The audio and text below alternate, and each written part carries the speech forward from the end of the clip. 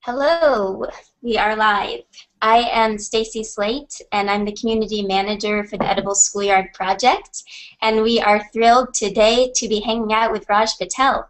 Raj is an award-winning writer, academic, and activist, and is currently a visiting scholar at UC Berkeley's Center for African Studies.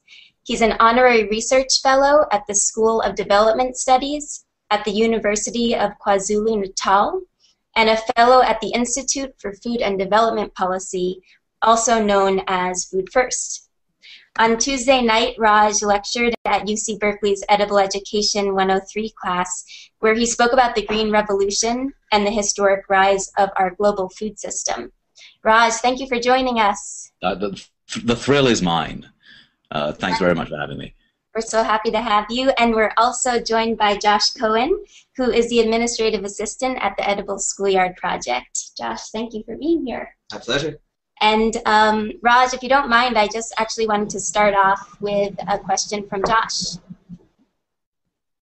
Okay. Nice. All right. So first question for you, Raj. Your bio on both of your books on your website references past work that you've done with both the World Bank and the WTO, the World Trade Organization, as well as your involvement in international campaigns against both institutions. As a critic of free market orthodoxy, I wonder if you would elaborate a little bit on some of your experiences working with these institutions, how those experiences shaped your ideas for both of your books.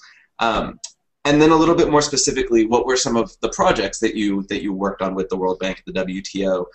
Were you skeptical going into them, critical only after the fact, or supportive of particular projects while remaining critical of the larger institutions?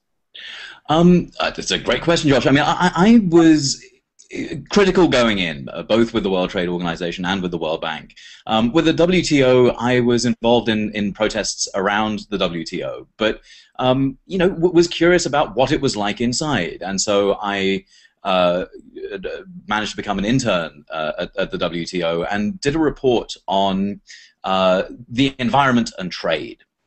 And there's there's a sort of straightforward relationship between trade and the environment, or at least it seems straightforward, that when you have more trade, then you have more stuff produced, and everyone gets to consume a bit more, and therefore that trade increases the amount of pollution, and isn't that a bad thing? That was a sort of orthodoxy around trade and the environment. And the World Trade Organization wanted a more sophisticated approach, and they were wondering whether there was something called a Kuznets curve. And basically what this is that the idea that you know, things are fairly crappy when countries are poor, but as they get richer through trade, their tolerance for pollution reduces, it declines.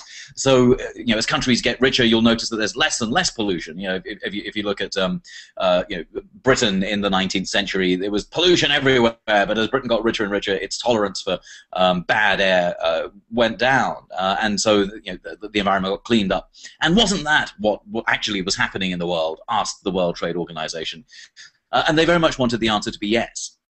Unfortunately, the data seems to point to a third sort of wrinkle there, which is, yes, you'll notice that as countries get richer, the amount of pollution that they have in their borders declines, but that's because they've succeeded in pushing it off elsewhere.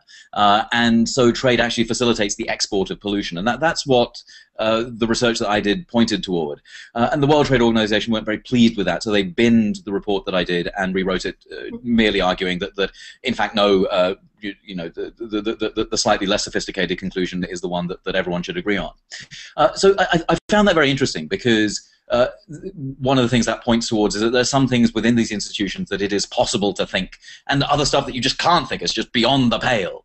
And what I also found, you know, the WTO is that although it's for, you know, for the purposes of protesting, sometimes it becomes possible to think of these places as people where places where you have these sort of fat, bald men sitting in leather chairs, stroking white cats, just sort of chuckling at the demise of the third world. In fact, people there were very nice, and in general, there weren't. I mean, obviously there are a couple of portly gentlemen who were, in fact, sitting in leather chairs, swiveling, but they didn't have cats, and they generally seemed to be nice people.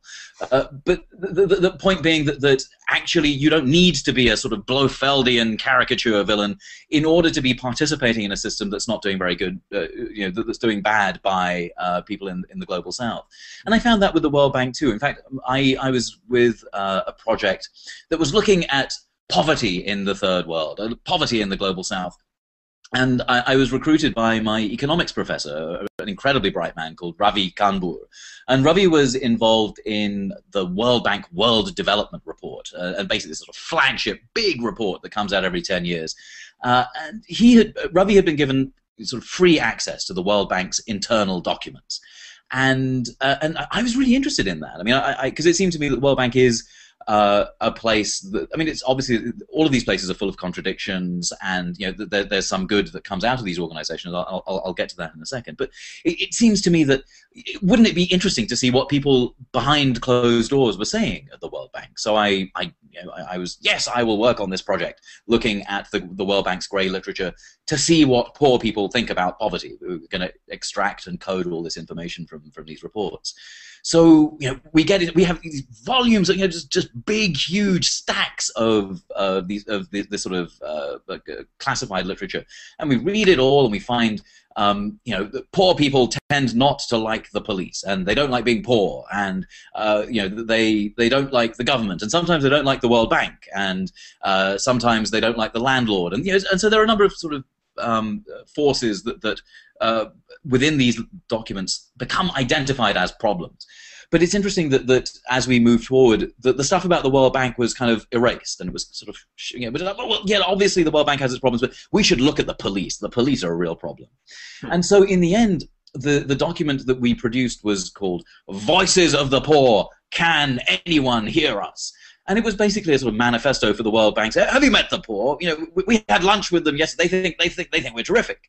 And if you look at the last page of this document, it's actually excruciating. It's toe-curlingly bad, where it goes something like, it's plucked from a consultant's report, and it says, we were driving in the African savannah, and the sun was setting over the horizon, and we drive up to this village, and spontaneously the women start singing, here are the World Bank, here are the World Bank.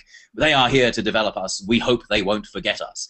And the last line of the book is, will we? Will we forget the poor women in this African village? And of course, it's funny when you look at it here, but these are the kinds of myths that you need to tell yourself to work at these organizations, because the truth of what these organizations are doing would be too horrific.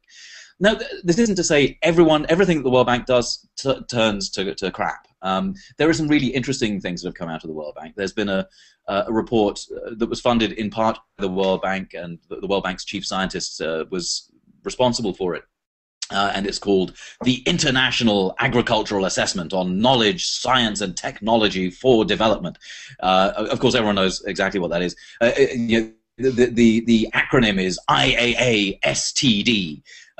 It's sort of embarrassingly long-winded report, but it's a terrific report, and it's funded in part, as I say, by the World Bank, and it relies on science looking at how we will feed the world in 2050. And for people interested in an edible education, it's really worth a look. And what they're suggesting is that by 2050, we won't be able to use the kinds of industrial agriculture that we have right now.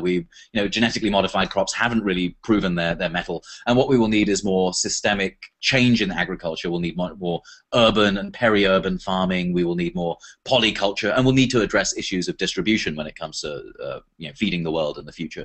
Now, that comes to the World Bank. I happen to agree with it. I think that it's based on sound science, peer-reviewed science, and unfortunately the World Bank doesn't agree with it itself, and its agricultural policies haven't really followed the line of the advice of its experts. And so, I think that it's important to understand and to be compassionate to the people who work in these organizations, while understanding that systemically these organizations are no good, and agriculture needs to be removed from them pretty quickly. And in fact, in terms of the World Bank needs to be paying reparations for the damage it has caused in the past.